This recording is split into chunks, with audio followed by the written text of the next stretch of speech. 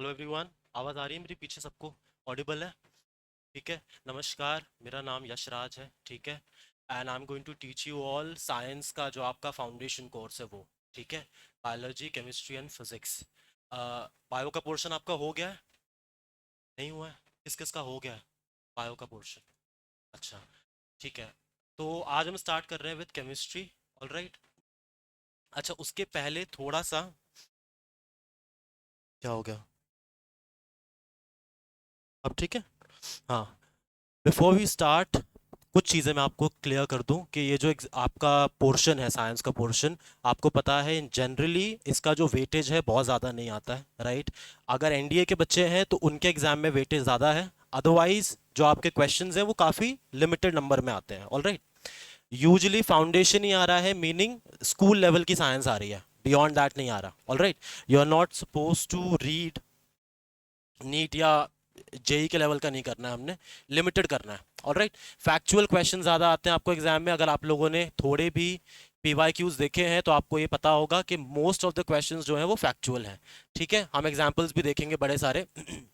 अच्छा, आज I am not using any PPT. ठीक है, अभी के लिए पीपीटी हम यूज़ करेंगे थोड़ा सा एक दो क्लासेस के बाद, वो भी पीवाईक्यूज के लिए मोस्टली।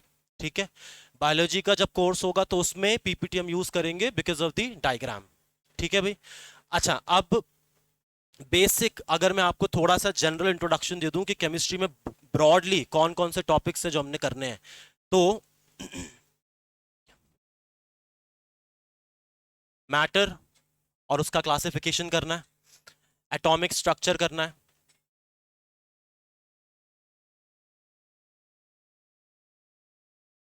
ठीक है। Then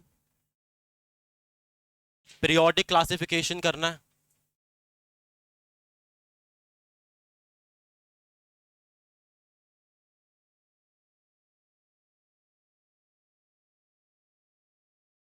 then metals and non metals करने हैं।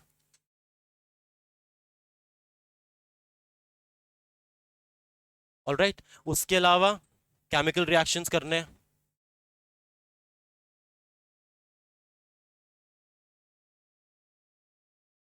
Then carbon and its unique nature.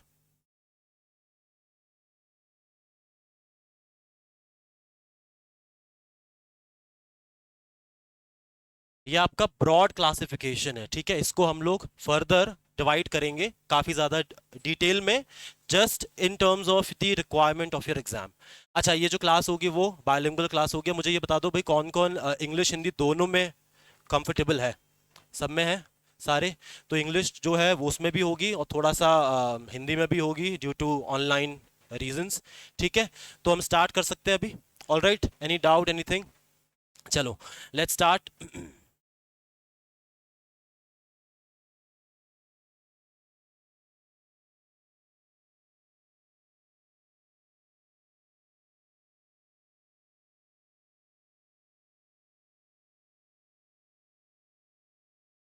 Matter and its classification.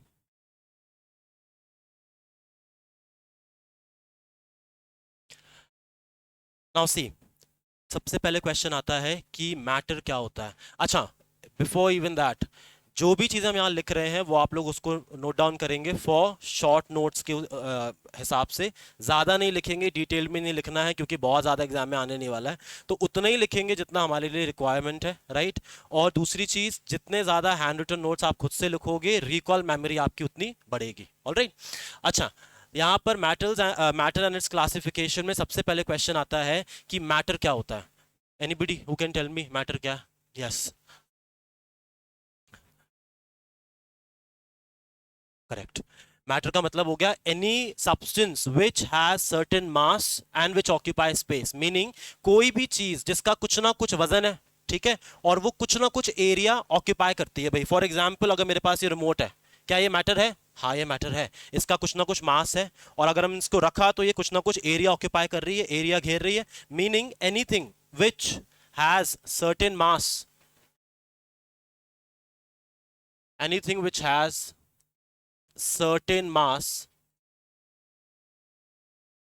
And occupy space, उसको हम क्या बुला सकते हैं? उसको हम बुला सकते हैं मैटर। ठीक है। अब यहां पर अगर हम मैटर के क्लासिफिकेशन की बात करें तो एक ब्रॉड क्लासिफिकेशन जो हम देख रहे हैं वो क्या है कि भाई on an average we can say matter का जो ब्रॉड क्लासिफिकेशन है वो बेसिकली दो कैटेगरीज में हो सकता है। One is physical classification and one is chemical classification. ठीक है भाई, दो तरह का क्लासिफिकेशन हो सकता है, फिजिकल क्लासिफिकेशन हो सकती है या केमिकल क्लासिफिकेशन हो सकती है। फिजिकल क्लासिफिकेशन का मतलब क्या हो गया? फिजिकल क्लासिफिकेशन में हम मैटर को तीन मेजर पार्ट्स में डिवाइड कर सकते हैं। One is solid. How many states of matter are there? कितने स्टेट्स ऑफ मैटर है? थ्री है कि पांच है? पांच है ना? बट करने हमको तीन है। दो जो स्टेट ऑफ मैटर है प्लाज्मा एंड बीईसी, वो हम लोग लेटर ऑन उसको शॉर्ट में करेंगे। आपकी जो बेसिक एनसीईआरटी की बुक है साइंस की, उसमें सिर्फ तीन ही स्टेट्स ऑफ मैटर दिए हुए हैं, बट आपको पता होने चाहिए क्योंकि पांच होते हैं। ठीक है, सॉलिड, लिक्विड, गैस। देन अगर हम फोर्थ की बात करें along with this, then we have plasma and we have BEC. Anybody knows the full form of BEC? BEC stands for Bose-Einstein condensate.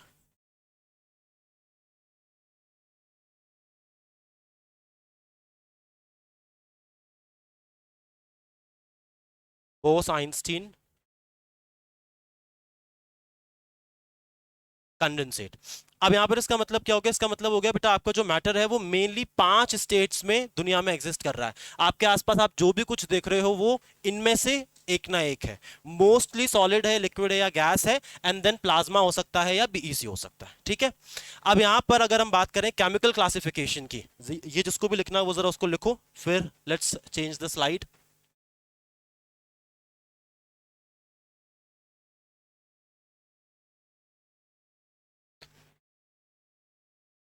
समझ आ रहा है क्या?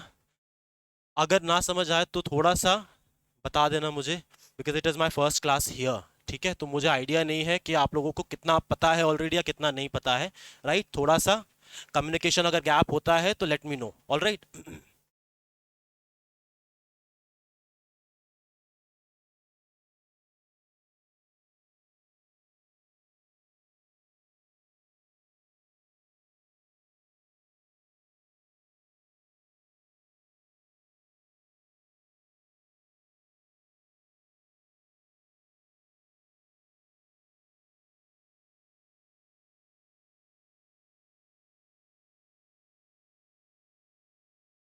अब देखिए, मोस्टली आपको जो एग्जाम में क्वेश्चंस आते हैं वो फैक्ट बेस्ड बेस्ड क्वेश्चंस तो हैं, लेकिन lot of time application based questions भी आते हैं। ठीक है, फॉर एग्जांपल अगर एग्जाम में क्वेश्चन आ गया कि कोबाल्ट के बारे में कुछ क्वेश्चन आया, अभी most probably if anybody is preparing for UPSC और पीएससी, देन जो क्वेश्चन है वो डायरेक्टली कोबाल्ट के ऊपर नहीं आएगा, वो उसके एप्लीकेशंस के ऊपर आएगा। Right, they will be asking you कि what is the significance of cobalt in the medical field. Right, medical field में हम उसका क्या यूज कर रहे हैं, तो वहां पर आपको आ सकता है कि आइसोटोप जो होते हैं कोबाल्ट के वो हम यूज करते हैं in the treatment of cancer.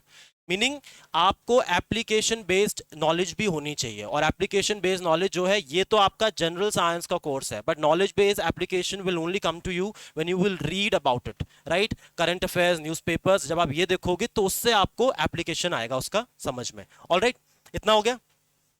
Now next is, अगर हम बात करें केमिकल क्लासिफिकेशन की मैटर के, राइटिंग ठीक है, समझ आ रहा है? Chemical classification,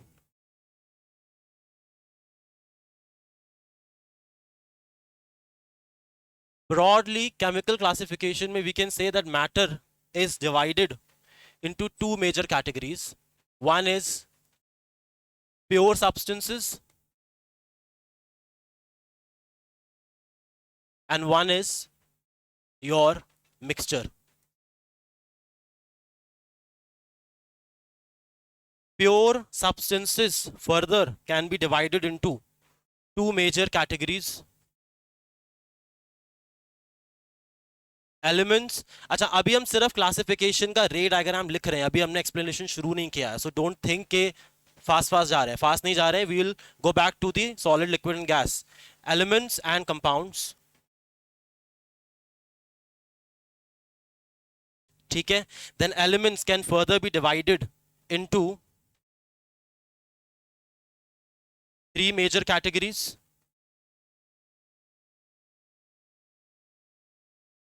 metals, non metals and third category क्या होती है?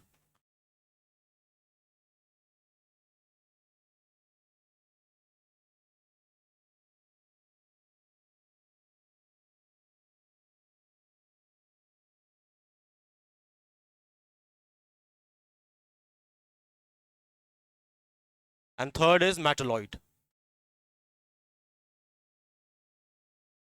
मेटलॉइड्स कौन होते हैं ब्रॉडली? मेटलॉइड्स कौन है? मेटलॉइड्स वो है जो मेटल्स और नॉन मेटल्स दोनों की प्रॉपर्टी शो करते हैं। ठीक है, एग्जाम्पल किसी को आ रहा है example? Example could be arsenic. Arsenic आपका एक एलिमेंट है जो कि मेटल की प्रॉपर्टी भी शो करता है और नॉन मेटल की भी शो करता है। ठीक है, ब्रॉडली अगर हम बात करें कंपाउंड्स की, compounds further we can say they are generally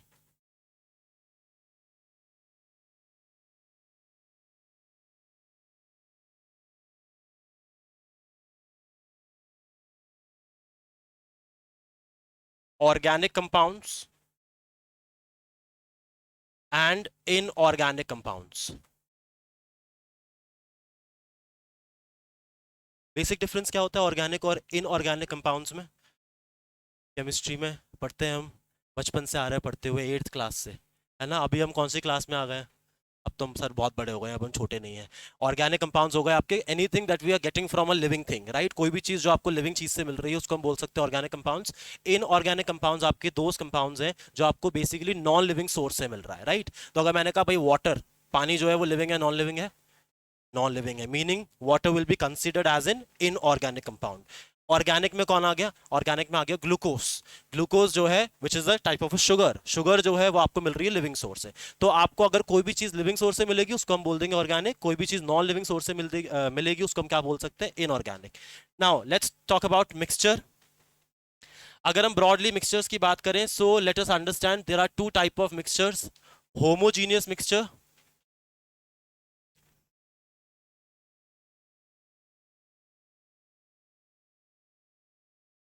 and we have heterogeneous mixture। Homogeneous mixture and heterogeneous mixture. अभी हम सिर्फ आपके अंडरस्टैंडिंग के लिए एक एग्जांपल लिख रहे हैं so that you would remember, but later on हम इसको डिटेल में देखेंगे। Example of a homogeneous mixture can be this solution of sugar plus water. भाई मेरे पास शक्कर है, शुगर है, ठीक है, हमने उसको पानी में ऐड कर दिया, शुगर जो है it is going to be soluble in water. अगर वो पानी में सॉल्युबल हो गई तो उसके बाद पानी जो है उसमें आपको शुगर दिखेगी नहीं। तो कोई भी सोल्यूशन जो आपका क्लियर सोल्यूशन है जिसको देख करके आप आइडेंटिफाई नहीं कर सकते कि उसके अंदर कौन सा सब्सटेंस है, that would be known as a homogeneous mixture. Heterogeneous में कौन हो गया? हेट्रोजीनियस में हो गया example would be sand plus water. अगर मैंने रेत डाली हुई है पानी के अंदर तो ये जो सैंड है, ये जो रेत है, it is not going to dissolve in water. Sand जो है वो आपको अलग से दिखेगी, पानी जो है वो आपको अलग से दिखेगा, राइट? तो ये आपका एक जेनेरिक क्लासिफिकेशन है बिटवीन मैटर, फिर उसके टाइप्स, फिजिकल केमिकल, फिजिकल के टाइप्स, केमिकल के टाइप्स। ठीक है भाई, इतना क्लियर हो गया? अभी ये जो रे डायग्राम है बेटा, दिस रे diagram is the map for you, ये आपको दिमाग में रखना है। बहुत बार बेसिक क्वेश्चंस आते हैं, जैसे फॉर एग्जांपल आ सकता है कि कंपाउंड जो है वो प्योर सब्सटेंस है या मिक्सचर है। तो अगर आपको ये रे डायग्राम याद है तो you would know that it is a pure substance, right? इसको लिखे जरा, फिर will start with the type of states of matter.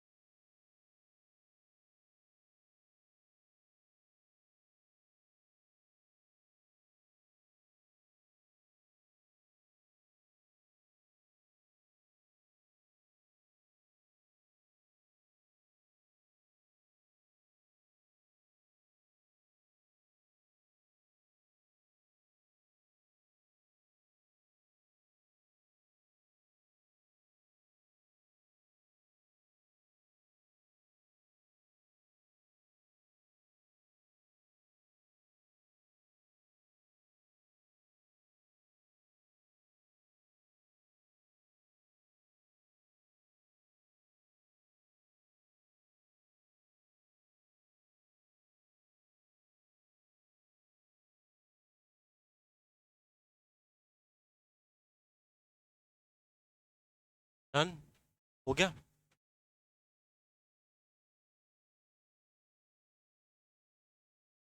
चलिए, let us begin with the states of matter.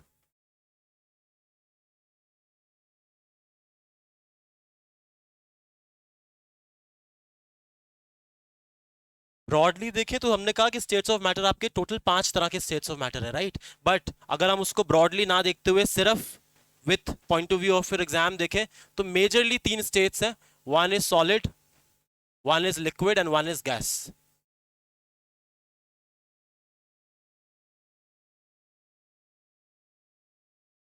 अच्छा, अब यहां पर सॉलिड जो है आप लोगों को पता होगा, अगर हम बात करें सॉलिड के पार्टिकल्स की, सो सॉलिड के जो पार्टिकल्स है बेटा, they are tightly attached with each other, packed with each other, बहुत आपस में क्लोजली अटैच्ड है, क्लोजली पैक्ड है इस तरह से, ठीक है। अगर हम बात करें लिक्विड्स के पार्टिकल्स की, so in the case of liquid the particles are little bit far away, एक दूसरे से थोड़े से दूर है, ज्यादा पास नहीं है।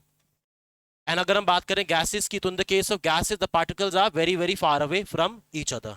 अब मुझे बताओ, पार्टिकल्स जो है वो आपस में पास कब होते हैं? जब उनके बीच में क्या होता है? उनके बीच में फोर्स ऑफ अट्रैक्शन होती है। तो मैक्सिमम फोर्स ऑफ अट्रैक्शन किस में दिख रही है? सॉलिड में दिख रही है, उससे कम दिख रही है लिक्विड में, सबसे कम दिख रही है गैस में, राइट। देन अगर अट्रैक्शन बहुत ज्यादा है तो स्पेस कैसी है पार्टिकल्स के बीच में? स्पेस कम है। पार्टिकल्स के बीच में अट्रैक्शन ज्यादा है, स्पेस कैसी हो गई? कम हो गई। पार्टिकल्स के बीच में अट्रैक्शन नहीं है, स्पेस कैसी हो गई? ज्यादा हो गई। Meaning there are two terms, force of attraction and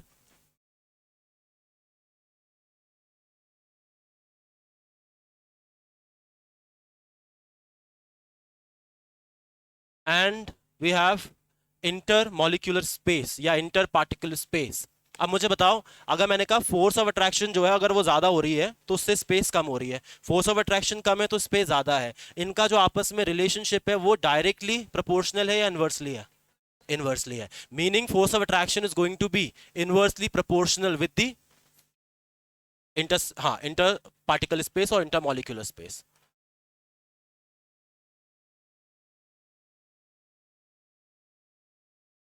बहुत बार आपको एग्जाम के अंदर बेटा बहुत ही ज्यादा बेसिक क्वेश्चन आता है, if you have the conceptual clarity, अगर आपको कंसेप्ट पता है, so most probably you will be able to answer. But अगर आपको बेसिक कंसेप्ट ही नहीं पता है, राइट, क्योंकि lot of you must have not studied science in the longest time, बहुत वक्त हो गया होगा, शायद उठाई नहीं होगी किताब साइंस के लिए, तो उसके लिए क्या है कि you need to brush up your concept. Alright, अच्छा, अब यहां पर एक टर्म आता है जिसको हम बुलाते हैं काइनेटिक एनर्जी। क्या मतलब है काइनेटिक एनर्जी का? काइनेटिक एनर्जी हम लोग फिजिक्स में भी करेंगे। केमिस्ट्री में क्या मतलब है काइनेटिक एनर्जी का? Kinetic energy is the energy which is possessed by any object during its motion. मतलब कि अगर कोई ऑब्जेक्ट मूव कर रहा है तो मूव करते वक्त उसकी बॉडी में जो एनर्जी है वो काइनेटिक एनर्जी है, ठीक है। मैंने कहा मेरे पास दो एनिमल्स हैं, एक हाथी है एक चीता है, कौन ज्यादा फास्ट मूव करेगा? चीता ज्यादा फास्ट मूव करेगा। अगर चीता ज्यादा फास्ट मूव कर रहा है तो हम बोलेंगे उसकी काइनेटिक एनर्जी कैसी है? ज्यादा है। हाथी की काइनेटिक एनर्जी कम है, right. Meaning kinetic energy is nothing but you can simply remember it is like a speed, जिसकी स्पीड ज्यादा होगी उसकी काइनेटिक एनर्जी उतनी ज्यादा है। अभी if I am walking then my kinetic energy is there, but अगर मैं रुक गया अभी काइनेटिक एनर्जी कितनी हो गई? जीरो। ऑलराइट, मीनिंग, अच्छा, अब यहां पर इन दिस केस हमने कहा सॉलिड में particles are very very close to each other, liquid में particles are quite far away, थोड़े से दूर है। गैसेस में जो पार्टिकल्स हैं they are very very far away, बहुत बहुत आपस में दूर हैं। अब एक बेंच पे अभी आप लोग 2 जन बैठे हुए हैं, मैंने बोला नहीं इतनी सी बेंच पे बेटा 4 जन को बैठना है। 2 जन बैठे हुए हैं तो आपके लिए मूव कर पाना, थोड़ा सा हिल पाना आसान है। अगर 4 जन बैठे होते तो आपके लिए मूव कर पाना बड़ा मुश्किल हो जाता। अब जरा इस पार्टिकल को देखो, बीच वाले को, इसके इधर भी एक पार्टिकल है, इसके इधर भी एक पार्टिकल है, क्या ये पार्टिकल ज्यादा मूव कर पाएगा? नहीं कर पाएगा। पर इसको देख लो जरा, क्या ये मूव कर पाएगा? कर पाएगा। मतलब कि काइनेटिक एनर्जी किसकी ज्यादा होगी? काइनेटिक एनर्जी गैसेस की ज्यादा होगी। सबसे कम किसकी होगी? सबसे कम होगी सॉलिड की। Meaning solid is going to have maximum kinetic energy, then liquid is going to have moderate, मतलब कि बीच की काइनेटिक एनर्जी, मॉडरेट को we are putting it like this. And in the case of gases, मैंने उल्टा बोल दिया भाई, हाँ, kinetic energy in the case of,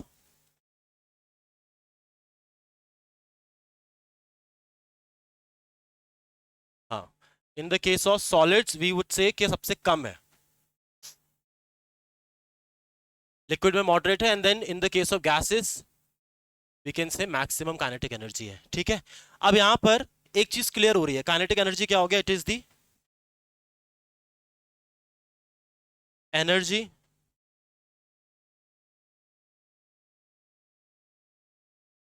possessed by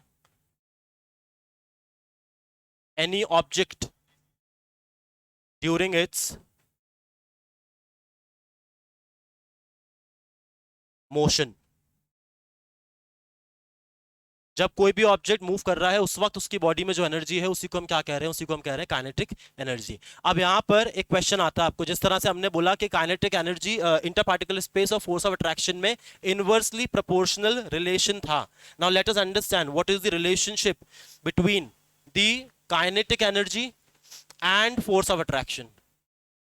again inversely हमने कहा फोर्स ऑफ अट्रैक्शन जितना ज्यादा होगा पार्टिकल्स उतने पास होंगे, पार्टिकल जितने पास होंगे उनकी स्पीड उतनी कम होगी। राइट, अब पार्टिकल्स दूर हो गए उनकी स्पीड ज्यादा हो गई, अब पार्टिकल्स और दूर हो गए उनकी स्पीड बहुत ज्यादा हो गई। Meaning kinetic energy is again going to be inversely proportional with the force of attraction. समझ आ रहा है क्या?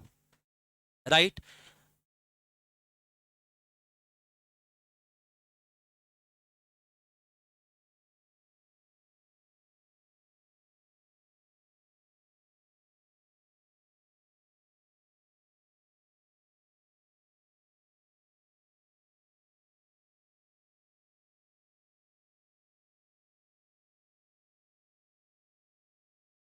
लिख लिया इतना। Now next term is diffusion.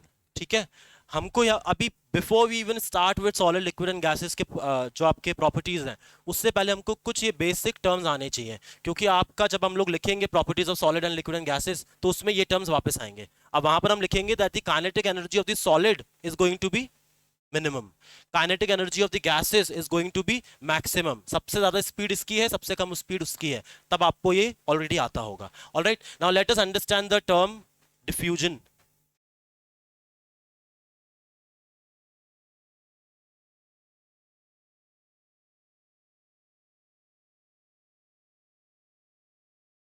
Now diffusion क्या होता है? Let's understand that first. ठीक है, फॉर एग्जांपल मान लेते हैं ये मेरे पास एक रूम है, इस रूम में यहाँ पर इस कोने में मैंने क्या किया, एक अगरबत्ती होती है इंसेंस स्टिक, हमने उसको जलाया। अगरबत्ती जो है उसमें से निकलेगा धुआं।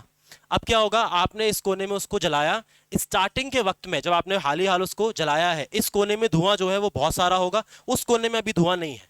जहां पर धुएं की मात्रा ज्यादा है, जहां पर धुएं का अमाउंट ज्यादा है, हम बोलेंगे वहां पर स्मोक का कॉन्सेंट्रेशन ज्यादा है। कॉन्सेंट्रेशन वर्ड का मतलब हो गया अमाउंट। राइट, तो इस कोने में concentration of smoke is higher, उस कोने में अभी concentration of smoke is lower. अब क्या होगा, ये जो धुआं है ये अपने आप यहां से वहां जाएगा, मतलब कि जो धुएं के पार्टिकल्स हैं वो हायर कंसंट्रेशन से कहां जा रहे हैं? लोअर कंसंट्रेशन में। जब कोई पार्टिकल हायर कंसंट्रेशन से लोअर कंसंट्रेशन में जाता है उसी को हम क्या कहते हैं? उसी को हम बोलते हैं डिफ्यूजन। लेकिन इसकी जो डेफिनेशन है उसमें एक वर्ड बहुत इंपॉर्टेंट है, हमने कहा the movement of particle from higher concentration to lower concentration spontaneously. Spontaneously का मतलब हो गया अपने आप। जब ये पार्टिकल्स जा रहे थे तो क्या आपने जाकर के उसको धक्का लगाया? नहीं लगाया, वो अपने आप चले गए। अगर वो अपने आप चले गए मीनिंग स्पॉन्टेनियसली काम हो गया। स्पॉन्टेनियस वर्ड का मतलब होता है जब कोई चीज अपने आप हो जाती है without the utilization of your energy. आपको पार्टिकल्स को धक्का नहीं लगाना पड़ा, पार्टिकल अपने आप चले गए। ऑलराइट, डिफ्यूजन का सिमिलर प्रोसेस हम लोग बायोलॉजी की क्लास में भी करते हैं। ऑलराइट, वहां पर भी सेम ही इसका इसका सेंस है। Let us right the definition first. It is the movement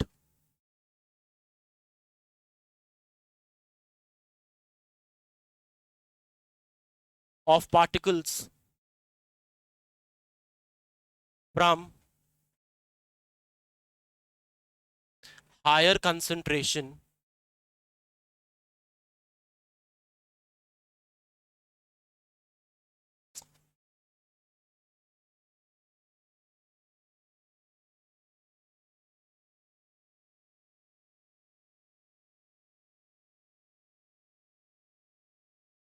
higher concentration to the lower concentration। concentration word का मतलब क्या हो गया? amount, right? Higher concentration to lower concentration spontaneously.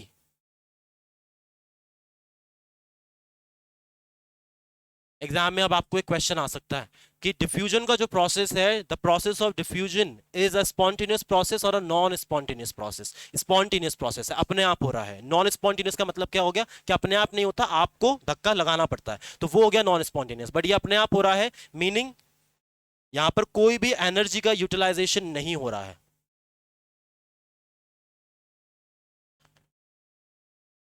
Happening on its own,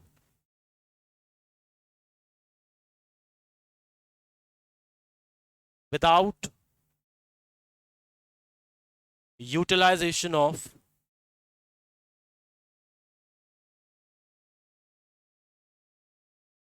energy. क्या इतनी चीज clear हो गई? समझ आ गया इतना? अब मुझे ये बताओ, अगर मैंने कहा डिफ्यूजन जो है वो क्या है, पार्टिकल्स का मूवमेंट है हायर कंसंट्रेशन से लोअर कंसंट्रेशन में, यहां से जो आपके पार्टिकल्स हैं वो वहां जा रहे हैं। अब सॉलिड लिक्विड गैस किस में स्पीड मैक्सिमम में, काइनेटिक एनर्जी किस में ज्यादा है? गैस में। जितनी ज्यादा स्पीड होगी पार्टिकल उतनी ही रफ्तार से यहां से वहां जा सकते हैं। मतलब कि डिफ्यूजन फास्टर किस में है? डिफ्यूजन फास्टर गैस में है। मिनिमम किस में है? सबसे कम किस में है? सॉलिड्स में है। तो यहां पर हम लिख सकते हैं solids, they are going to have minimum rate of diffusion। Rate का मतलब क्या हो गया? हम बोलते हैं rate of reaction. Rate of reaction का मतलब हो गया स्पीड ऑफ रिएक्शन। वैसे ही रेट ऑफ डिफ्यूजन के, ये जो प्रोसेस हो रहा है, डिफ्यूजन हो रहा है, ये कितना तेजी से हो रहा है। तो यहां पर सबसे स्लो होगा। Then the case of liquid we would say it is moderate, क्योंकि लिक्विड के केस में स्पीड भी मॉडरेट है,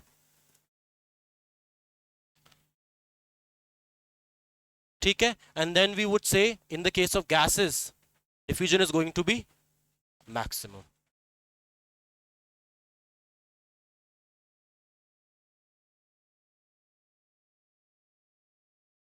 क्या इतना क्लियर हो गया सबको? ऐसा लग रहा है क्या कि बहुत फास्ट हो रहा है, समझ नहीं आ रहा? ऐसा नहीं लग रहा, आ रहा है समझ में?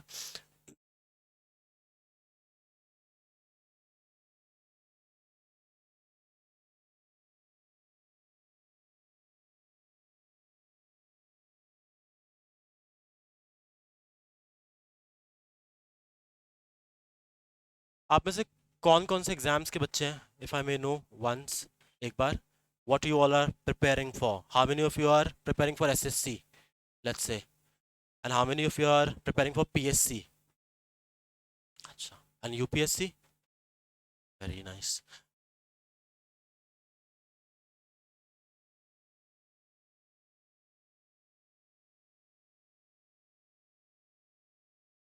अच्छा, अब आपका ये जो बेटा general science portion, it is a different thing, and then there is something called science and technology या research and development, it is a different topic. Alright, तो साइंस एंड टेक्नोलॉजी अलग टॉपिक है, तो उसमें जो ब्रॉड एनालिसिस होता है या उसमें जो ब्रॉड डिटेल्ड इंफॉर्मेशन होती है वो अभी हम इस कोर्स में नहीं करेंगे। ऑलराइट, अगर वो लेटर ऑन मिलता है then we would go with it. For now we are only focusing on the concepts, जो आपके बेसिक कॉन्सेप्ट्स है साइंस के, ठीक है। Now let us understand next. हमने कहा diffusion. Now tell me what is the relationship between diffusion and kinetic energy? Kinetic energy ज्यादा तो डिफ्यूजन ज्यादा। मैंने कहा गैस जो है उनकी स्पीड ज्यादा है, जितनी ज्यादा स्पीड होगी वो यहां से वहां फट से जा सकते हैं। जितनी ज्यादा तेज रफ्तार से आप जा सकते हो that is known as diffusion. तो हम बोल रहे हैं गैसेस जो है they are going to have more diffusion. Solid में क्योंकि स्पीड बहुत कम है तो वो यहां से वहां फास्ट नहीं जा सकते, उसको हम क्या बोल सकते हैं कि वहां पर डिफ्यूजन सबसे कम है। So diffusion is going to be directly proportional to your kinetic energy. Kinetic energy ज्यादा तो diffusion will automatically be more, right?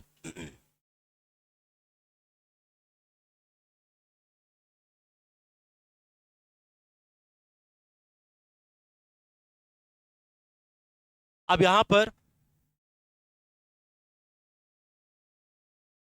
there is one term, let's say what is the relationship between diffusion and force of attraction? क्या relation है diffusion और force of attraction में? आप particles correct. अगर particles में force of attraction बहुत ज्यादा है तो स्पीड बहुत कम, फोर्स ऑफ अट्रैक्शन बहुत कम है तो स्पीड ज्यादा। मतलब कि जितना कम फोर्स ऑफ अट्रैक्शन होगा, जितना ज्यादा स्पेस होगा, उनकी रफ्तार उतनी ही ज्यादा होगी। So diffusion is going to be inversely proportional to your force of attraction. Alright, इस तरह के वन मार्कर क्वेश्चंस आपको जो एमसीक्यूज में आते हैं वो बहुत आते हैं। अच्छा, then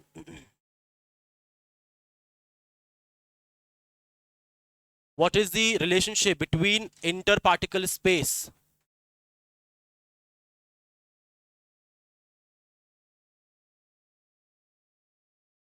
and your diffusion? Interparticle space, हाँ, नहीं, डायरेक्टली और inversely, think about it. Directly, अगर फोर्स ऑफ अट्रैक्शन बहुत ज्यादा है, फोर्स ऑफ अट्रैक्शन ज्यादा है तो स्पीड कैसी हो गई? स्पीड कम हो गई, राइट? अगर स्पीड कम हो गई तो डिफ्यूजन भी कैसा हो गया? कम हो गया। मतलब कि अगर inter particle, sorry I am mistaken, मैंने उसको पूछा इंटर पार्टिकल स्पेस, उसने मुझे आंसर उसी का दिया, बट मेरे दिमाग में फोर्स ऑफ अट्रैक्शन चल रहा था। ओके, हाँ correct, directly proportional, meaning inter particle space, जितना ज्यादा स्पेस होगा डिफ्यूजन उतना फास्ट हो पाएगा, स्पीड उतनी ज्यादा हो पाएगी। So inter particle space is going to be directly proportional with the, क्या बोला, with the kinetic energy. I am little having a brain fog, है ना, तो थोड़ा सा जस्ट एक्सक्यूज मी।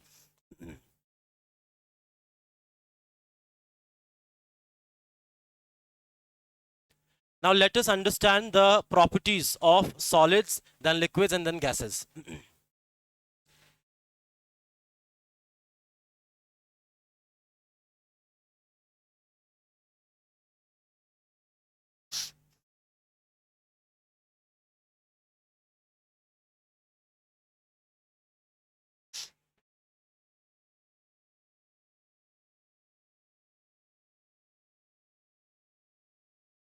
Now यहाँ पर properties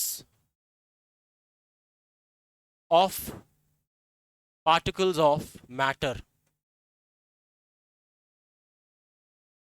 particles of matter, हमने कहा कि मैटर जो है on the basis of the arrangement of the particle, के पार्टिकल कितना पास है कितना दूर है, उसके बेसिस पे हमने कहा वो आपका तीन तरह का, सॉलिड, लिक्विड एंड गैस।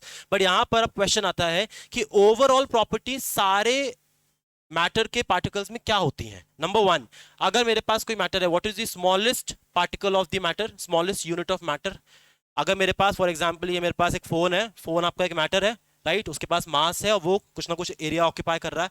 अगर मैंने इस फोन को तोड़ना शुरू किया तो अभी फोन जो है वो आपका एक बड़ा मैटर है, तोड़ना शुरू करोगे धीरे धीरे करके जो है छोटा छोटा छोटा छोटा छोटा होता जाएगा और आखिर में एक सबसे छोटा पार्टिकल होगा, and that smallest particle we call it atom.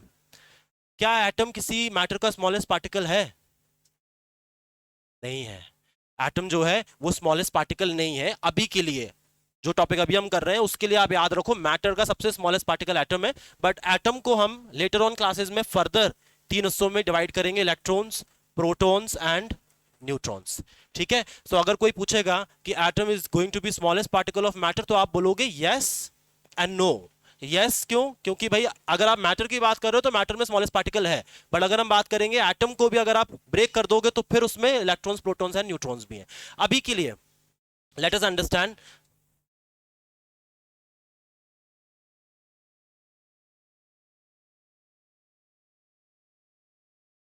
Is there no easy way to erase? ऐसे करना पड़ेगा बार बार?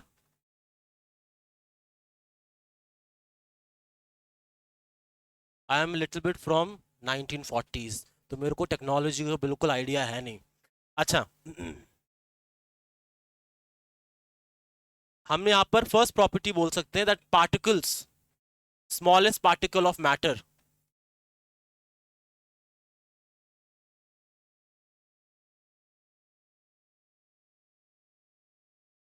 Of matter is atom. Smallest particle of matter is, English ठीक है क्या? इज एटम और इज एन एटम, क्या लगता है? Is an atom. एसएससी कर रहे हैं तो हमको अंग्रेजी भी आनी पड़ेगी, है ना, आर्टिकुलेशन इज इंपॉर्टेंट। अच्छा, अब यहां पर और वी कैन सिंपली से कि आपका जो मैटर है वो बहुत छोटे छोटे स्मॉल पार्टिकल से मिलकर बने हुए हैं, जिनको हम बोल सकते हैं एटम। देन सेकंड प्रॉपर्टी, हमने कहा चाहे सॉलिड हो, चाहे लिक्विड हो, चाहे गैस हो, पार्टिकल्स जो है बेटा they are constantly moving. Solid में पार्टिकल्स का जो मूवमेंट है वो बहुत स्लो है, लिक्विड में मूवमेंट जो है वो थोड़ा सा ज्यादा है, गैसेज में मूवमेंट जो है वो बहुत ज्यादा है। Meaning particles of matter are constantly moving.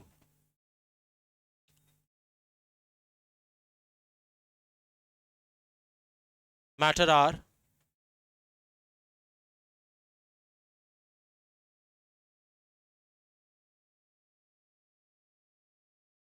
Constantly moving. ठीक है। Then third one would be particles of matter are constantly attracting each other, right. चाहे सॉलिड हो, सॉलिड में अट्रैक्शन ज्यादा है, लिक्विड में कम है, गैस में बहुत कम है, बट अट्रैक्शन तो है। Meaning particles of matter are going to attract each other, attract each other. ठीक है।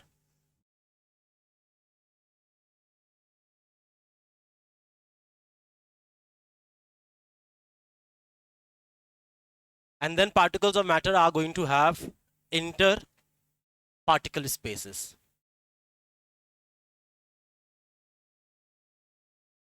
इनके पास इंटर पार्टिकल की स्पेलिंग में आर जो है हमारा थोड़ा सा गलत बन गया है, इंटर पार्टिकल स्पेसेस। ये आपकी जेनेरिक प्रॉपर्टीज हैं किसी भी स्टेट ऑफ मैटर की। ठीक है, बहुत सारी स्पेलिंग मिस्टेक्स भी होती है मेरी, है ना, तो I am expecting you all to correct it by yourself, है ना, do not expect me to correct everything. Alright, चलो। अच्छा, नाउ नेक्स्ट इज, लिखो जरा इसको जिसने नहीं लिखा है।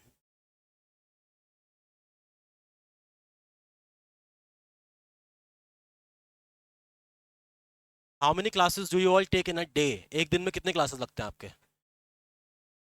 3 क्लासेस लगते हैं। बाकियों ने आंसर ही नहीं दिया, बस वही क्लासेस लेने आता है क्या? उसी ने आंसर दिया। अच्छा, आप लोगों का फर्स्ट डे है क्या कुछ बच्चों को? अच्छा, फर्स्ट डे भी है, क्योंकि मेरा भी फर्स्ट डे है बेटा। हाँ, तो just you should know that. हाँ, now let us start with properties of solid.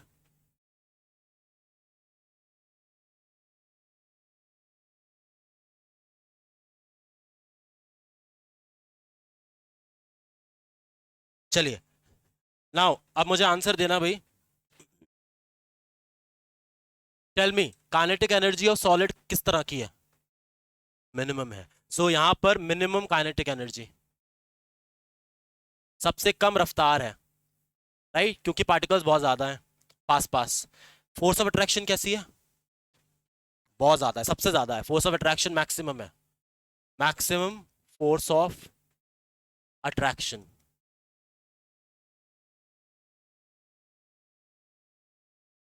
Then diffusion किस में फास्टेस्ट होगा? यहां पर स्लोएस्ट है, मिनिमम है, तो आप बोलोगे minimum rate of diffusion, minimum rate of diffusion. अब हमको पता है कि डिफ्यूजन मिनिमम क्यों है, due to the larger amount of force of attraction. Force of attraction बहुत ज्यादा है तो डिफ्यूजन बहुत स्लो है, पार्टिकल जो है आसानी से नहीं जा रहे हैं। अच्छा, देन क्या सॉलिड्स हार्ड है, रिजिड है? रिजिड वर्ड का मतलब क्या होता है? कठोर होता है। हाँ, इसका मतलब अगर मेरे पास कोई सॉलिड चीज है and if I am applying pressure on it, तो प्रेशर अप्लाई करने से उसका शेप आसानी से चेंज नहीं होगा, राइट। मेरे पास फोन है, फोन को आप कितना भी प्रेशर अप्लाई कर दो, उसका शेप आसानी से चेंज नहीं होगा। Meaning they are going to be rigid in nature. Rigid बोल लीजिए या इसको हार्ड भी कह सकते हैं। देन सॉलिड जो है they are going to be, volume क्या होता है? What is volume?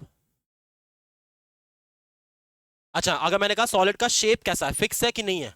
फिक्स है, राइट। अब मेरे पास फोन है, अब वो जो फोन है अभी मेरे हाथ में है, उसका शेप वैसा ही है, पानी में गिर गया तब भी शेप वैसा ही है, हवा में चला गया, स्पेस में चला गया तब भी शेप वैसा ही है। Meaning the shape is not going to change. यहां पर शेप कैसी है? शेप जो है वो फिक्स्ड है। वॉल्यूम कैसा है? वॉल्यूम का मतलब क्या है? अगर हम सिंपल शब्दों में कहें, वॉल्यूम का मतलब है कि कितना एरिया कवर कर रहा है विद रिस्पेक्ट टू मास। ठीक है, सो वॉल्यूम का मतलब है अगर कोई चीज, जैसे अगर मैंने कहा सॉलिड के पार्टिकल्स जो है आपस में बहुत क्लोज क्लोज हैं, तो कम स्पेस में बहुत सारे पार्टिकल आ रहे हैं। अगर कम स्पेस में ज्यादा पार्टिकल आ रहे हैं तो हम बोलेंगे वॉल्यूम उसका कम है, वो एरिया कम घेर रहा है। लिक्विड में थोड़ा सा एरिया ज्यादा है, and in the case of gases volume जो है वो काफी ज्यादा हो जाता है क्योंकि वो स्प्रेड करते हैं, राइट। तो यहां पर volume is also going to be fixed, volume is also fixed. Fix volume कैसे? क्योंकि फोर्स ऑफ अट्रैक्शन बहुत ज्यादा है। अगर फोर्स ऑफ अट्रैक्शन ज्यादा होगी तो पार्टिकल आपस में ज्यादा दूर दूर नहीं जाएंगे, वो आपस में पास में ही रहेंगे, राइट। अच्छा, देन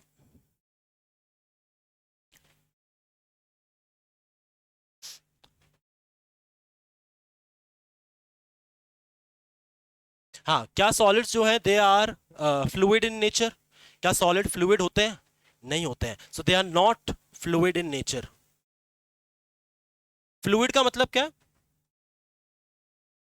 फ्लूइड का मतलब है कोई भी चीज अगर फ्लो कर सकती है उसको हम बोल सकते हैं fluid. So if I say water is fluid, is it true और false? True. Gas is also fluid क्योंकि गैस भी फ्लो कर सकती है। तो anything which can flow basically that would be known as a fluid, but अगर कोई चीज फ्लो नहीं कर रही है तो वो आपका नॉन फ्लूइड है। अच्छा, देन अगर मैंने कहा कि मेरे पास एक कंटेनर है, लेट्स से एक बीकर है, इस बीकर में हमने क्या किया, इस बीकर में हमने कुछ सॉलिड रॉक्स डाल दिए, ठीक है, पत्थर डाल देते हैं थोड़े से। अब हमने इस बीकर में जहां जहां तक भी जगह थी वहां वहां तक हमने पत्थर को भर दिया। अब मुझे बताओ, क्या इस बीकर के अंदर, क्या इस कंटेनर के अंदर सॉलिड ने पूरी स्पेस ऑक्यूपाई कर ली है कंप्लीटली? नहीं करी है। सर ये जो सॉलिड है अभी आपको उसके बीच बीच में स्पेस दिख रहा है, meaning solids can not fulfil the entire space of a container completely. ठीक है, तो हम बोल सकते हैं solids do not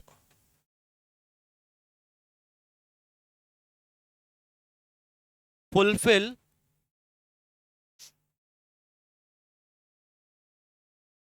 the space of solids do not fulfill the space of any container, any container completely।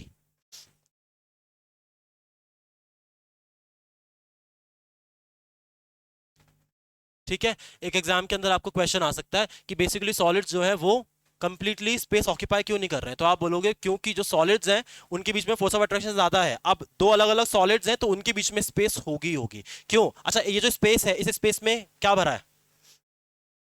Gas भरी है, हवा भरी है, एयर भरी है, राइट। तो यहां पर जो है बीच बीच में ये जो स्पेसेस हैं, इन स्पेसेस में एयर है। कंटेनर को कंप्लीटली फिल करता है या नहीं करता है वो डिपेंड करता है कि कंटेनर में क्या क्या है। अगर कंटेनर में सिर्फ एक ही स्टेट ऑफ मैटर है तो हम बोलेंगे कि वो कंप्लीटली फिल है। अगर एक से ज्यादा स्टेट ऑफ मैटर है, अभी इस केस में दो स्टेट्स ऑफ मैटर है, सॉलिड भी है और गैस भी है, तो अगर किसी कंटेनर में एक से ज्यादा स्टेट ऑफ मैटर है then we would say it is not occupying the space completely. ठीक है भाई, समझ आ गया इतना? लिखो जरा इसको फटाफट से।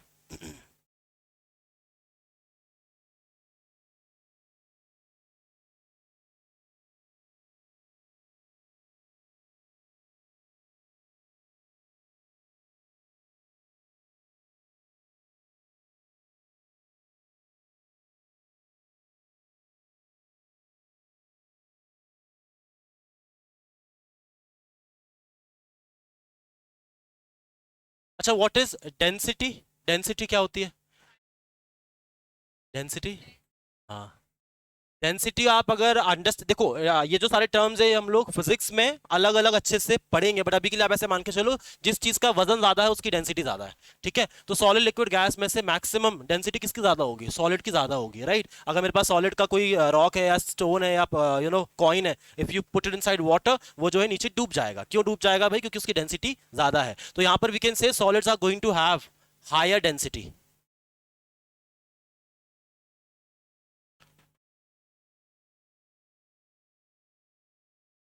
क्या सॉलिड्स को कंप्रेस किया जा सकता है? नहीं किया जा सकता unless you apply too much of force. क्या आपने फोर्स इतना अप्लाई कर दिया कि आपका सॉलिड जो है वो क्रश ही हो गया, तब तक आप सॉलिड का शेप चेंज नहीं कर सकते। Meaning solids can not B compressed.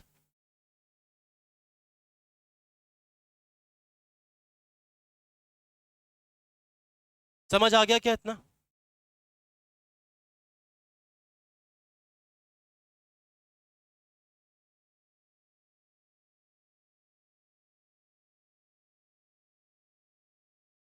Now let us understand the properties of liquids.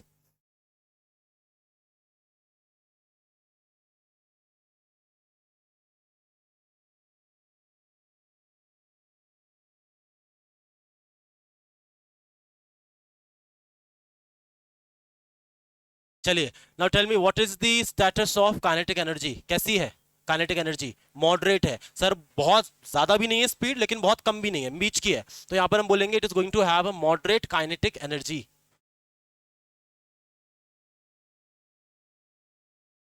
Moderate kinetic energy. Let's change the colour. What about the force of attraction?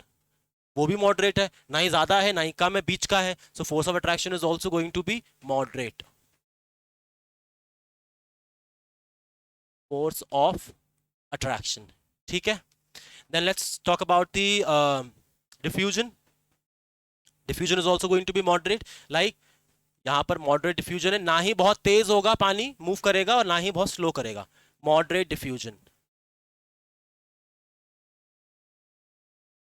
जैसे फॉर एग्जाम्पल, अगर मैंने कहा मेरे पास ये पानी है बॉटल में और वो यहाँ पर गलती से स्पिल ओवर हो गया, फैल गया, ठीक है, तो क्या होगा? पानी अभी जहाँ पर वो गिरा है उस एरिया में उसकी क्वांटिटी ज़्यादा है, अभी उस कोने में पानी की क्वांटिटी नहीं है। कॉन्सेंट्रेशन हायर कहाँ पर है? यहाँ पर है। वहाँ पर कॉन्सेंट्रेशन लोअर है। अब जो पानी है वो हायर कॉन्सेंट्रेशन से लोअर में मूव करेगा। क्या अपने आप करेगा? हाँ, अपने आप करेगा, स्पॉन्टेनियसली करेगा। अगर पार्टिकल्स जो है वो स्पॉन्टेनियसली मूव कर रहे हैं, that means they are going to be considered as diffusion. Alright, अच्छा, then let's talk about the inter particle space. Again moderate, सब कुछ मॉडरेट ही इनमें। Moderate inter particle space.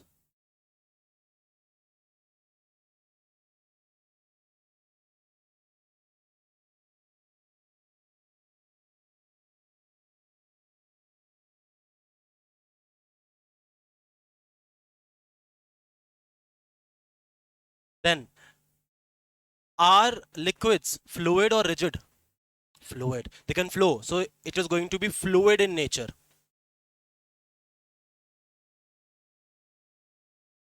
और फ्लूइड का मतलब हो गया इट कैन बेसिकली फ्लो।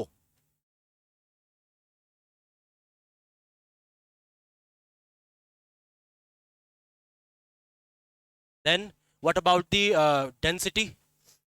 कैसे है? सॉलिड से तो सर कम है डेंसिटी, बट लिक्विड से ज्यादा है, भारी है, तो यहां पर हम बोलेंगे मॉडरेट डेंसिटी।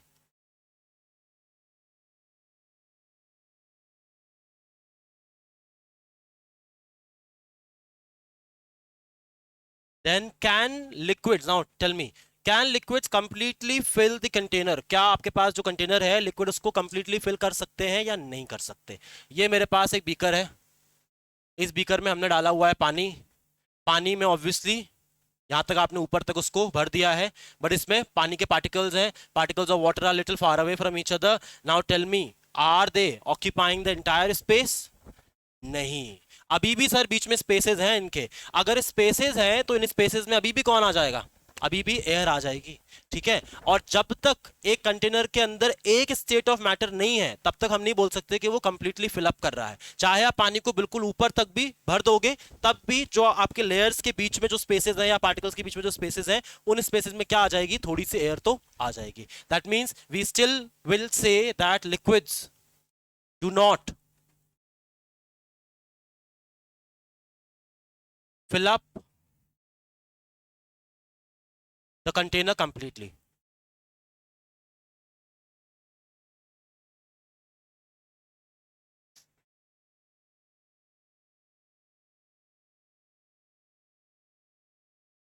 अच्छा, mostly towards the end of the week if I get to take more classes, तो हम हर हफ्ते, प्रॉबेबली नॉट, अगर हर हफ्ता नहीं तो एटलीस्ट 2 हफ्ते में एक बार whatever topics we have done उसके PYQs I will show you all, तो आपको आइडिया लगेगा कि किस तरह से क्वेश्चंस आ रहे हैं और whether you all are able to answer or not, ठीक है।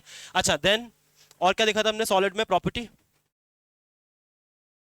हाँ, शेप, करेक्ट। क्या लिक्विड का शेप फिक्स है? नहीं है। जिस शेप की बॉटल में उसको आप डाल दोगे लिक्विड का शेप वैसा हो गया। क्या वॉल्यूम फिक्स है? हाँ, वॉल्यूम फिक्स है। कैसे फिक्स है? लेट्स से अगर मेरे पास यहाँ पर 3 शेप के बीकर्स हैं, लेट्स से एक ऐसा बीकर है, एक ऐसा बीकर है और एक ऐसा बीकर है, अच्छा बीकर ऐसा होता नहीं है, बट लेट अस अज्यूम। अब यहां पर मैंने इसमें डाला हुआ है 100 ml वाटर, इसमें भी है 100 ml और इसमें भी है 100 ml।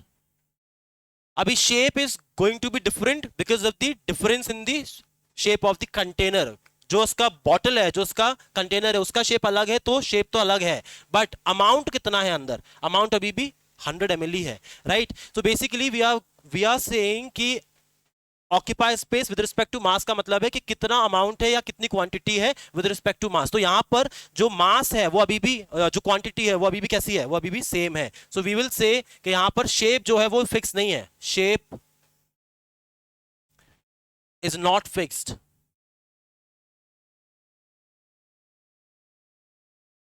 But volume is fixed.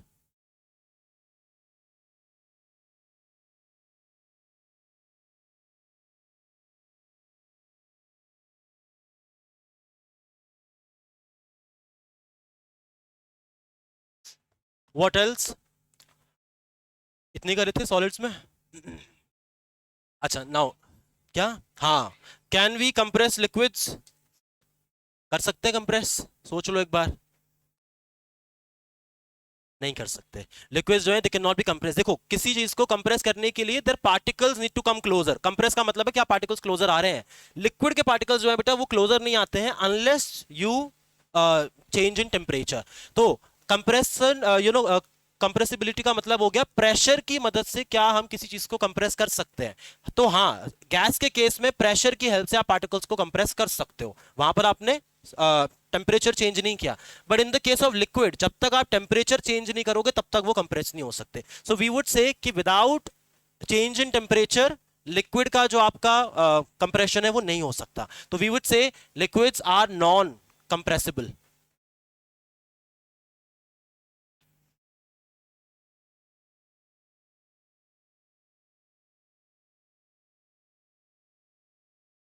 Non compressible.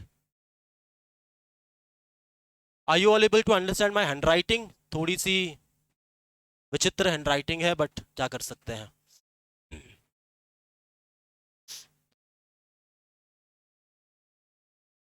Now let us move to gases.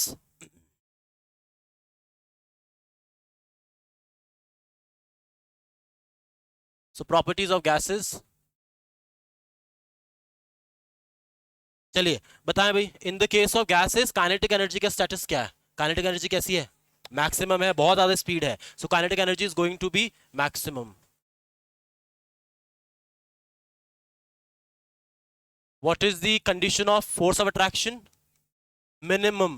Force of attraction minimum है, मैक्सिमम नहीं है। पार्टिकल्स बहुत दूर दूर हैं, जितने दूर दूर हैं मतलब कि अट्रैक्शन बहुत कम है, राइट। सो यहां पर force of attraction is going to be minimum.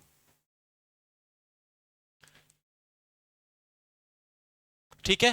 Then what is the status of inter particle space? Inter particle space maximum, क्योंकि पार्टिकल बहुत दूर दूर है तो स्पेस जो है वो बहुत ज्यादा है, तो यहां पर मैक्सिमम इंटर पार्टिकल स्पेस होगा। नाउ क्या गैसेस रिजिड है या फ्लूइड है? फ्लूइड है। गैसेस जो है they are going to be fluid in nature because they can flow.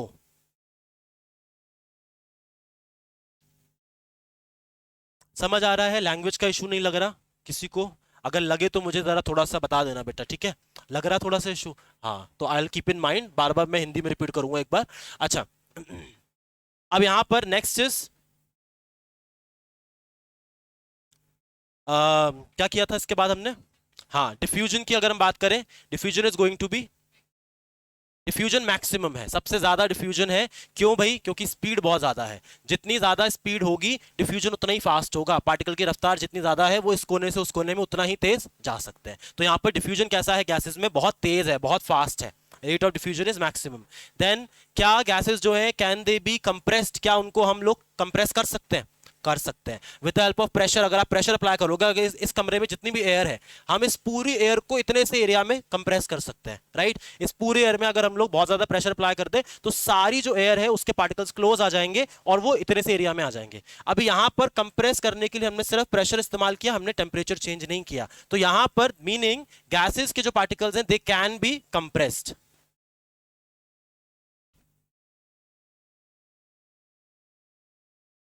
They can be compressed.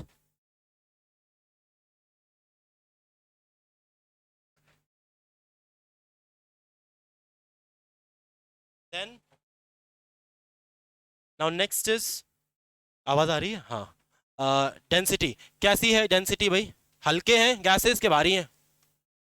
बहुत हल्के हैं. गैस जो है आपके अभी इस वक्त एटमॉस्फेयर में, आपके एनवायरनमेंट में ऑक्सीजन भी है, नाइट्रोजन भी है, और वो आपके मुंह पे आकर के आपसे टकरा भी रही है, बट क्या आपको फील हो रहा है? नहीं फील हो रहा है. बहुत हल्के हैं. They are basically going to have minimum density. बहुत कम डेंसिटी है उनमें, वजन बिल्कुल है ही नहीं.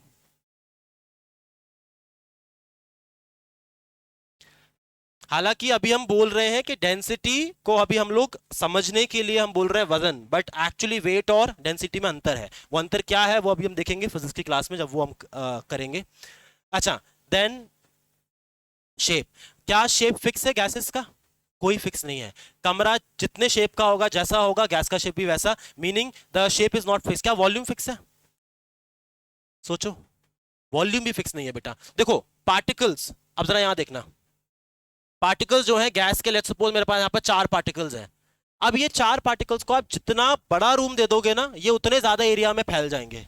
मतलब कि पार्टिकल्स का नंबर फिक्स है, बट उसके बावजूद इनका जो एरिया ऑक्यूपेशन है, जितना एरिया ये घेर रहे हैं, वो बहुत ज्यादा है.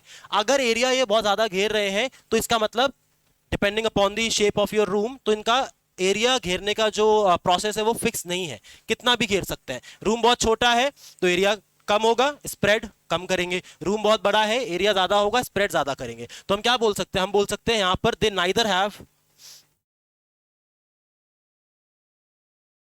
Neither have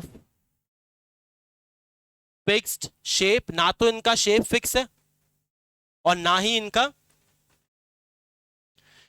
neither have fixed shape nor fixed volume.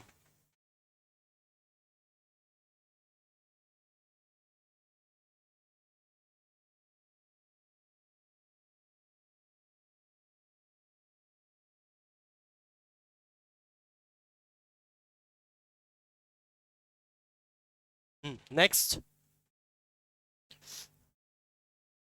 क्या किया था हमने? और कीप रिमाइंडिंग में एक बार. हाँ हाँ, व्हाट अबाउट दी, क्या बोला अभी? कंटेनर. हाँ यार, you all must be thinking sir कितने ब्लैकआउट हो जाते हैं यार. मेरे को अभी, मेरी अभी तबीयत ठीक नहीं है, सो प्लीज एक्सक्यूज मी. हाँ, कंटेनर जो है, क्या मुझे बताओ, अगर मेरे पास एक बीकर है, उस बीकर में मेरे पास सिर्फ गैस के पार्टिकल्स है. अब ये जो गैस के पार्टिकल्स है, क्या ये बीकर को कंप्लीटली फिल कर लेंगे? मैंने, लेट सपोज मैंने यहाँ पर 4 मॉलिक्यूल्स डाले गैस के, ठीक है, फिर मैंने उसको पैक कर दिया. अब उसमें 4 मॉलिक्यूल गैस के हैं और बाकी की जो स्पेस खाली है उसमें क्या है?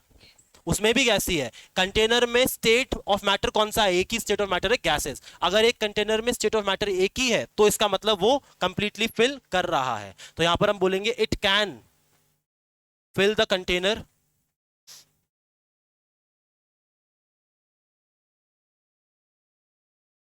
कंप्लीटली.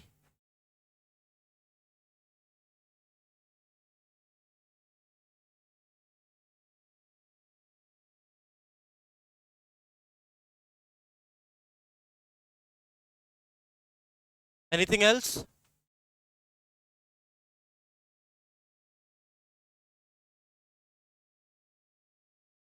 अच्छा, अब यहां पर एक नया टर्म आता है जिसको हम बुलाते हैं ब्राउनियन मोशन. कितना हो गया? हटा दूं? Shall I remove this?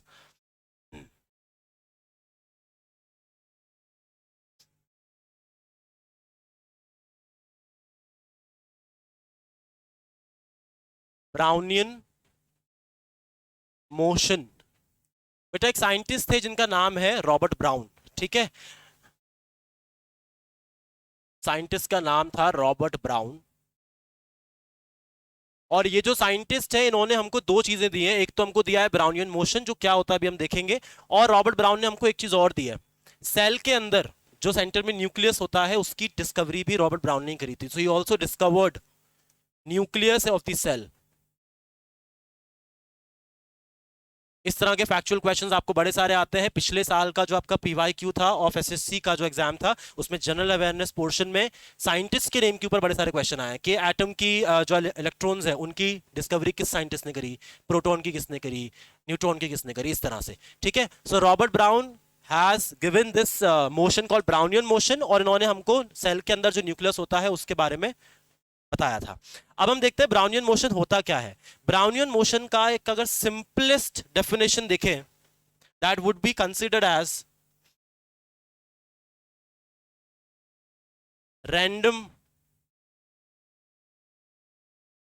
Movement of particles in liquid और गैसियस स्टेट। ये सिंपलेस्ट डेफिनेशन है ब्राउनियन मोशन की। आप जरा ध्यान से सुनना पहले। ये आपका एयर है, आसपास आपके बहुत सारे एयर प्रेजेंट है। अभी उस एयर में बहुत सारे डस्ट के पार्टिकल्स भी हैं। डस्ट के पार्टिकल्स बहुत हल्के हैं। अब एयर के जो पार्टिकल्स हैं वो कॉन्स्टेंटली मूव कर रहे हैं, क्योंकि आपको पता है एयर के पार्टिकल आपके गैसियस पार्टिकल्स हैं। Gaseous particles are constantly moving, और बीच बीच में डस्ट के पार्टिकल्स भी हैं। सो लेट अस सपोज ये आपके एयर के पार्टिकल्स हैं और ये कॉन्स्टेंटली मूव कर रहे हैं बहुत तेज रफ्तार से, और बीच बीच में क्या है, बीच बीच में आपके डस्ट के पार्टिकल्स हैं। अब क्या होगा, जैसे एयर के पार्टिकल्स मूव करेंगे, मूव करते करते वो ये जो डस्ट का पार्टिकल है इसके साथ स्ट्राइक करेंगे, टकराएंगे। तो ये जो डस्ट का पार्टिकल है ये वाला यहां आ जाएगा, फिर ये वाला यहां आ जाएगा, मीनिंग डस्ट के पार्टिकल्स भी एयर के पार्टिकल्स के साथ मूव करेंगे। इसी को हम कह रहे हैं ब्राउनियन मोशन। रैंडम मूवमेंट, जब किसी पार्टिकल की, किसी भी पार्टिकल का रैंडम मूवमेंट होता है या तो गैसेस में या फिर लिक्विड में। फॉर एक एग्जाम्पल और ले लेते हैं। लेट्स से पानी है मेरे पास, यहां पर पानी में भी पार्टिकल्स हैं, दे आर थोड़ा सा आपस में पास में है, बट ये भी कॉन्स्टेंटली मूव कर रहे हैं।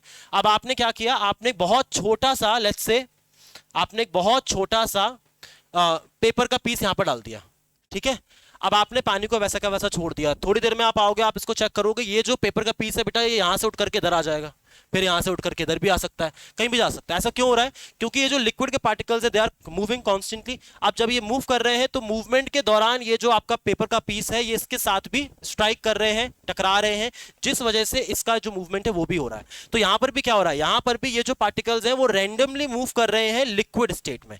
तो जब कोई पार्टिकल लिक्विड स्टेट या लिक्विड स्टेट या गैसियस स्टेट में रैंडमली मूव करता है, उसी को हम क्या कह रहे हैं, उसी को हम कह रहे हैं ब्राउनियन मोशन, ठीक है। अब मुझे बताओ, अगर मैंने कहा गैसेस और लिक्विड्स के केस में ब्राउनियन मोशन अगर आपको देखना है तो फास्ट किस में ज्यादा होगा, गैस में ज्यादा होगा। गैस में स्पीड ज्यादा है ना, जितनी ज्यादा स्पीड होगी पार्टिकल उतना ज्यादा टकराएंगे, स्ट्राइक करेंगे, meaning the position of the particle will change lot more in the case of gas, ठीक है। गैस के केस में पार्टिकल्स की जो पोजीशन है वो ज्यादा चेंज होगी, ठीक है। तो यहां पर ब्राउनियन मोशन जो है वो आपका रैंडम मूवमेंट ऑफ पार्टिकल है in the case of liquids या gases, given by Robert Brown, very important.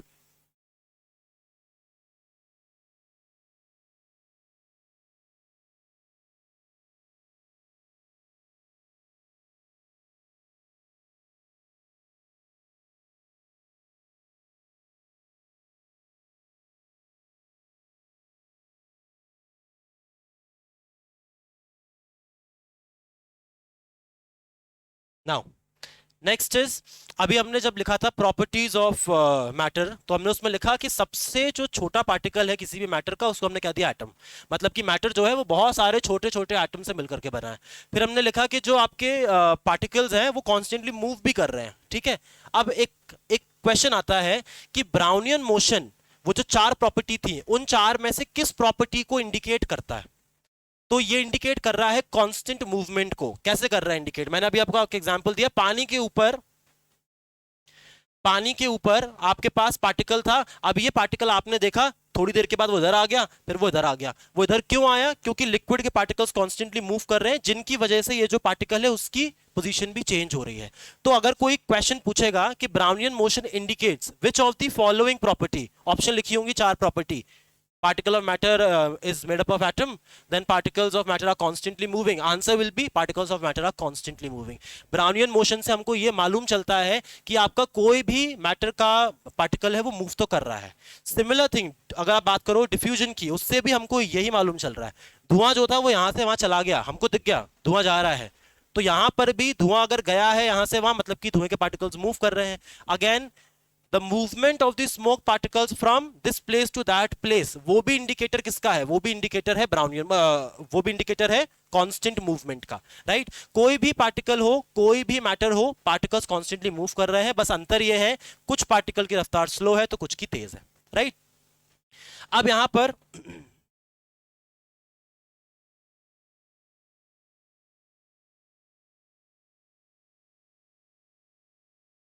अब हम लोगों ने एक पॉइंट किया था जिसमें हमने कहा कि particles of matter are constantly attracting each other, ठीक है। और हमने कहा कि सारे मैटर के पार्टिकल्स के बीच में क्या है, फोर्स ऑफ अट्रैक्शन है। तो मेजरली दो तरह के फोर्स ऑफ अट्रैक्शन पार्टिकल्स के बीच में बेटा काम कर रहे हैं। One is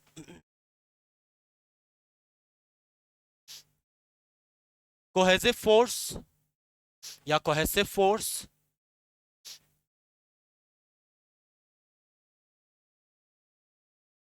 and one is adhesive force. What is the difference, किसी को पता है? देखो हमने कहा पार्टिकल्स और मैटर जो है बेटा they are constantly attracted to each other. अब दो चीजें हो सकती हैं, यहां पर बीकर ले लेते हैं फिर से, बार बार बीकर लेंगे अब तो केमिस्ट्री में।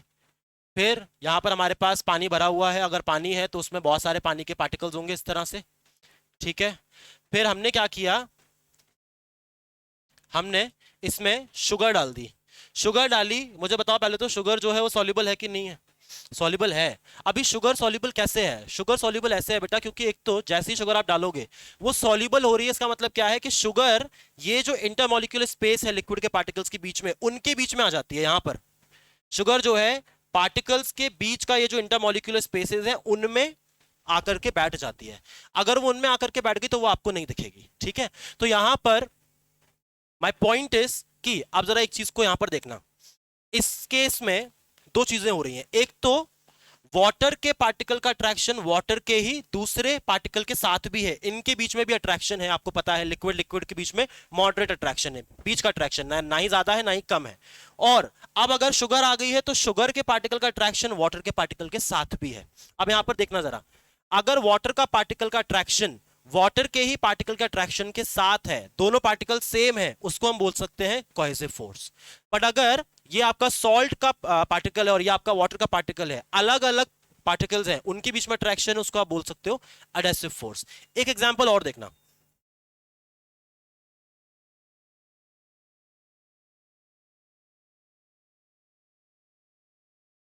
ये नहीं हटेंगे,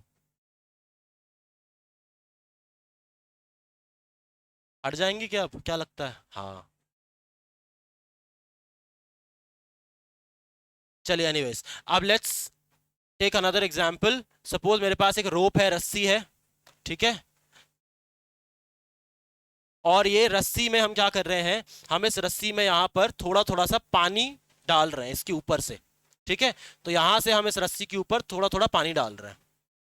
पानी जो है वो इस रस्सी के थ्रू नीचे की तरफ जाएगा, राइट, नीचे की तरफ मूव करेगा पानी।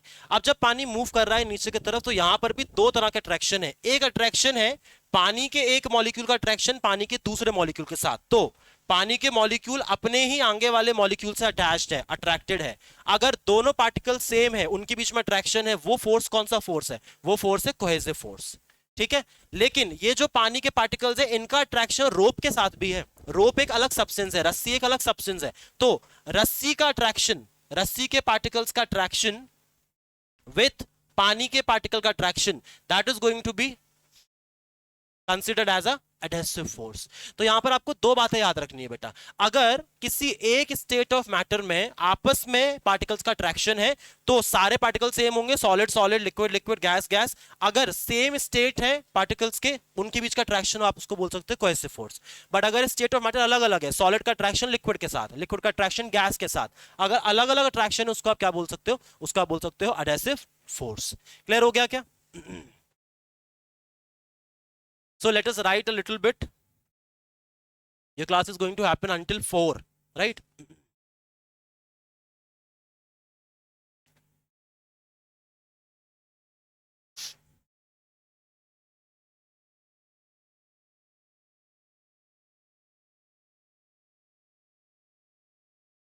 तो यहां पर कोहेसिव फोर्स में क्या हो रहा है, कोहेसिव फोर्स में सिमिलर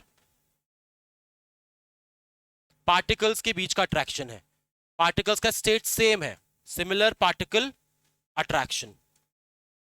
ठीक है, सॉलिड का पार्टिकल का अट्रैक्शन सॉलिड के साथ ही है। ठीक है, और यहां पर एडेसिव में क्या है, एडेसिव में डिसिमिलर पार्टिकल्स के बीच में अट्रैक्शन है, डिसिमिलर पार्टिकल्स के बीच में अट्रैक्शन है।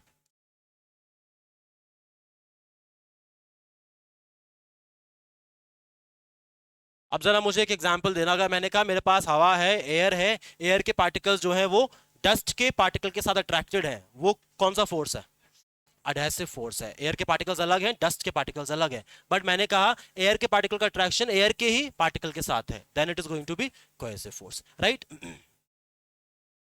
लिखो जरा इसको।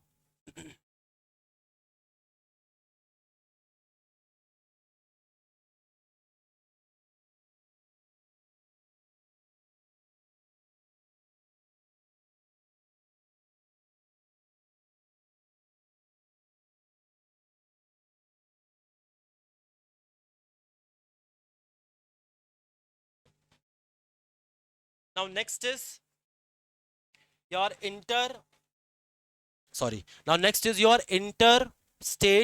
Interchange of the states of matter, मतलब कि सॉलिड से लिक्विड, लिक्विड से गैस, गैस से वापस लिक्विड, लिक्विड से वापस सॉलिड। अभी वो जो चेंजेबिलिटी है उसके बारे में थोड़ा सा हम स्टार्ट करते हैं, बाकी हम लोग डिटेल में उसको करेंगे अगली क्लास में, because we don't have much time.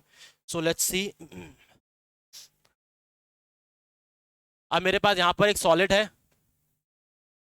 ये मेरे पास लिक्विड है, and then I have gas. ठीक है, नाउ एग्जाम्पल ले लेते हैं सॉलिड का, लेट्स से आइस, बर्फ है मेरे पास, लिक्विड में पानी हो गया, एंड देन आपका गैस में हो गया वेपर। ठीक है, अब यहां पर अगर मुझे सॉलिड से लिक्विड में चेंज करना है, क्या करेंगे, बर्फ से पानी बनाना है, क्या करोगे, हीट कर दोगे। तो अगर आपने हीटिंग कर दी, तो हीटिंग करने से सॉलिड जो है वो लिक्विड में चेंज हो जाएगा, and that process is known as fusion. उस प्रोसेस को हम लोग फ्यूजन बोल सकते हैं, या हम उस प्रोसेस को मेल्टिंग भी बोल सकते हैं। बर्फ जो है वो पिघल गई, पिघलने का रीजन क्या था, higher amount of temperature, temperature ज्यादा था, तो जो बर्फ है वो सॉलिड से लिक्विड में चेंज हो गई, it is going to be known as fusion और मेल्टिंग। अच्छा, then next is your conversion of liquid into gas. अगर हम गैस की बात करें, लिक्विड से मुझे वेपर बनाने हैं, पानी से मुझे भाप बनानी है, क्या करेंगे, और हीट कर देंगे। अगर और हीट कर देंगे, हीटिंग और ज्यादा कर देंगे, that process is going to be known as tell me, evaporation और vaporization, वेपराइजेशन। अंतर है, क्या अंतर है देखेंगे, बट इसको हम बोलेंगे वेपराइजेशन।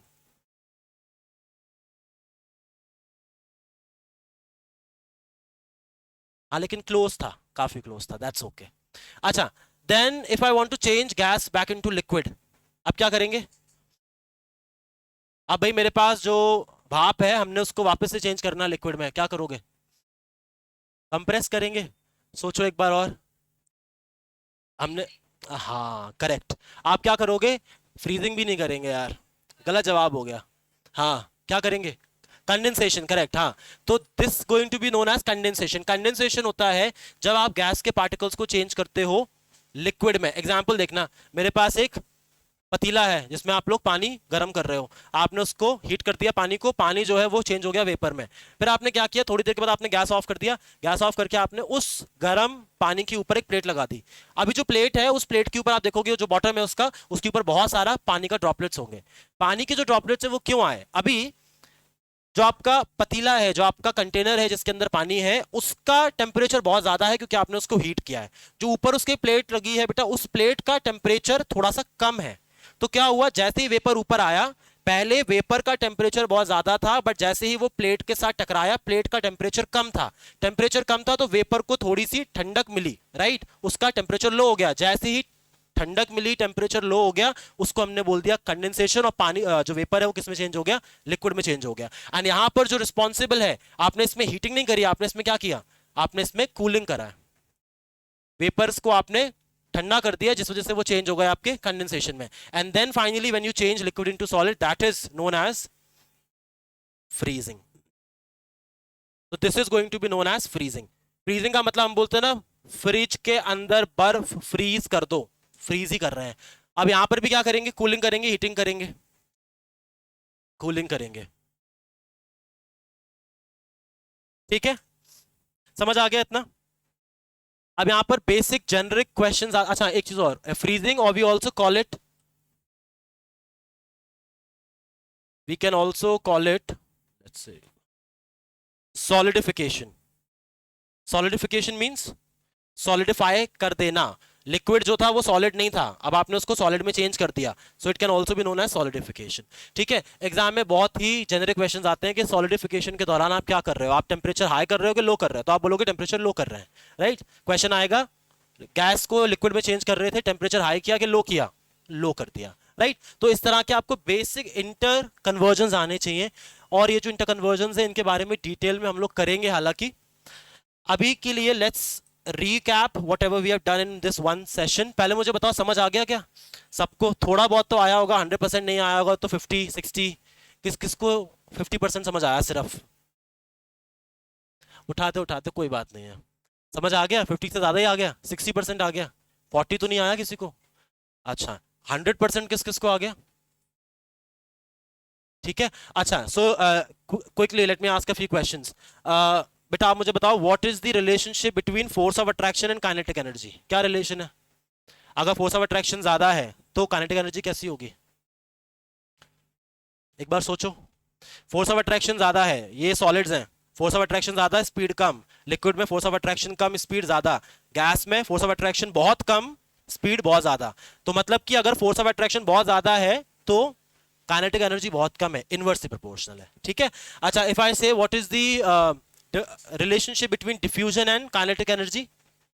डायरेक्टली, जितनी ज्यादा स्पीड होगी पार्टिकल्स की, जितनी ज्यादा काइनेटिक एनर्जी होगी, उनका जो प्रोसेस है एक जगह से अगले जगह जाने का वो भी फास्ट होगा, right. Then what is the relationship between inter particle space and force of attraction? Space, हाँ, इनवर्सली। जितना ज्यादा फोर्स ऑफ अट्रैक्शन होगा स्पेस उतना ही कम, जितना कम फोर्स ऑफ अट्रैक्शन होगा स्पेस उतना ही ज्यादा, right. Then what is the process of condensation? Condensation क्या होता है? कन्वर्जन ऑफ, सिर्फ कूलिंग नहीं लिख सकते, अगर सिर्फ कूलिंग लिख दिया तो फिर तो ये भी मतलब हो जाएगा, तो आपको लिखना पड़ेगा conversion of gas into liquid. ठीक है, हालांकि गैस और वेपर में भी अंतर है, हमने यहां पर अभी गैस लिख दिया है for your understanding, but actually it's not gas, it's vapour. ठीक है, अच्छा। अब अगली क्लास में हम लोग क्या करेंगे, अगली क्लास में हमको करना है व्हाट इज सब्लिमेशन, ऑलराइट। फिर हमको देखना है कि what is the process of latent heat, latent heat क्या होती है, कितने कितने टाइप की होती है। फिर हमको देखना है कि what is the affect of temperature and pressure, solid liquid gas के ऊपर प्रेशर और टेम्परेचर का क्या अफेक्ट है वो देखना है हमको। And then we have to do the last two states of matter, plasma and BEC, कि वो बनते कैसे हैं या उनका काम क्या है। मोस्टली प्लाज्मा और बीईसी के ऊपर अगर क्वेश्चन आएगा, वैसे नहीं आएगा क्योंकि जेनेरिक है वो, बट अगर आएगा तो वो आएगा एप्लीकेशन बेस्ड, कि प्लाज्मा कहाँ यूज होता है या बीईसी कहाँ यूज होता है। ठीक है, समझ आ गया भाई इतना? सो लेट अस, अभी तो 5 मिनट है यार, तुम लोगों ने मुझे ऐसा बोल दिया कि हो गया, मुझे लगा ऐसा। अच्छा चलो, लेट्स अंडरस्टैंड सब्लिमेशन ऑल्सो, क्योंकि 5 मिनट हमारे पास है।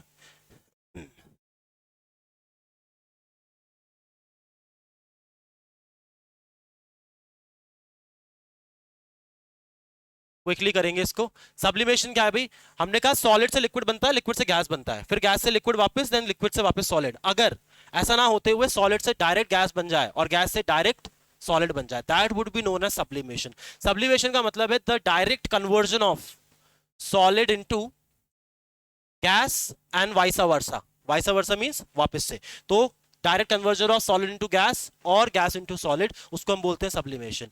नाउ कोई एग्जांपल है आपके पास, उसके पास दिमाग में एग्जांपल सब्लिमेशन का? कौन सा सब्सटेंस है जो कि सब्लिमेशन शो करता है? कैम्फर, कपूर, राइट, जो आप यूज करते हो वो। And then also we can say कुछ बेसिक सब्सटेंसेस जो कि सबलाइम है नेचर में, सबलाइम सब्सटेंसेस। लेट अस सी, कुछ एग्जांपल्स लिख लेते हैं ताकि आपको याद रहेंगे जो आपके बेसिक एनसीईआरटीज में दिए होते हुए होते हैं। वन इज कैम्फर, कैम्फर का मतलब हो गया कपूर।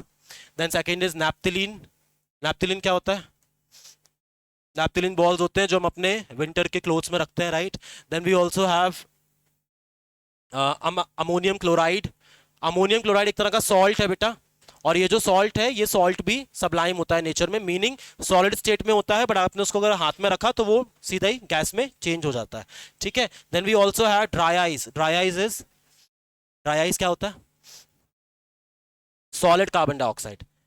अगर हवा में जो CO2 है उसको अगर आप सॉलिडिफाई कर दोगे, उसको हम बोलते हैं ड्राई आइस। ठीक है, ड्राई आइस के बारे में बात हम लोग करेंगे नेक्स्ट क्लास में। Then we also have iodine. It is an element.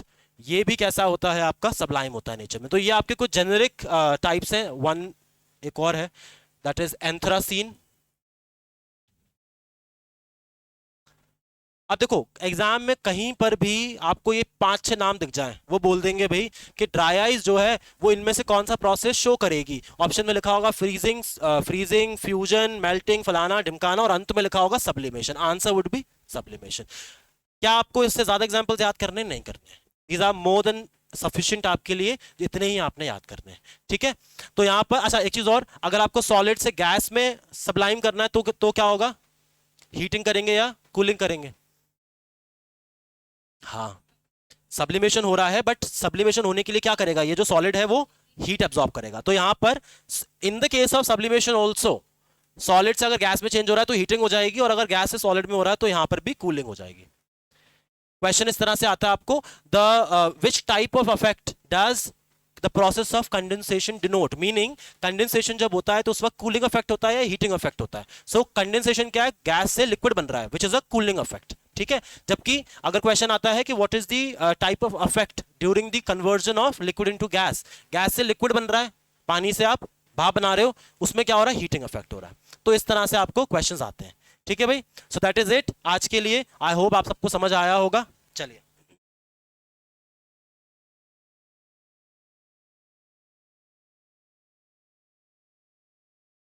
Doubts तो नहीं पूछना है?